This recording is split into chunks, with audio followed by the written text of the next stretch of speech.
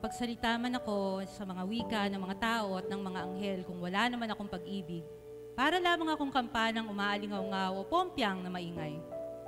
Kung ako man ay may kakayahang magsalita ng mensahe mula sa Diyos at umunawa sa lahat ng hiwaga, kung nasa akin man ang lahat ng kaalaman at lahat ng pananampalataya, ano pat nakapalipat ako ng mga bundok, ngunit wala naman akong pag-ibig, wala akong kabuluhan.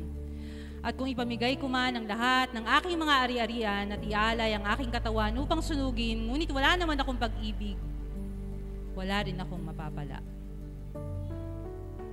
Ang pag-ibig ay matyaga at magandang loob.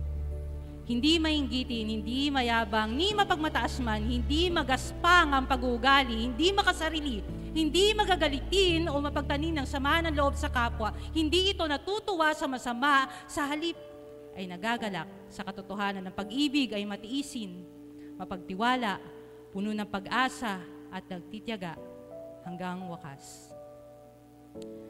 Matatapos ang kakayahang magsalita ng mensahe mula sa Diyos, titigil rin ang kakayahang magsalita sa iba't ibang mga wika at lilipas ang kaalaman, ngunit ang pag-ibig ay walang katapusan.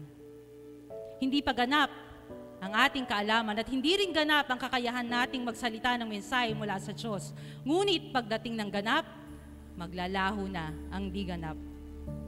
Noong ako'y bata pa, ako'y nagsasalita, nag-iisip at nangangatwirang tulad ng bata. Ngunit ngayong ako'y mayroon ng sapat na gulang, iniwanan ko na ang mga asal ng bata. Sa kasalukuyan, ang ating nakikita ay tila malabong larawan sa salamin, subalit darating ang araw na ang lahat ay makikita natin ng harapan.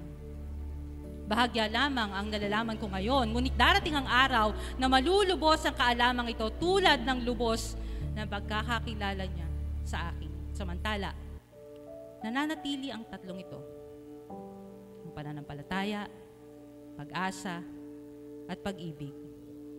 Ngunit ang pinakadakila sa mga ito ay ang pag-ibig. Unang Korinto 13.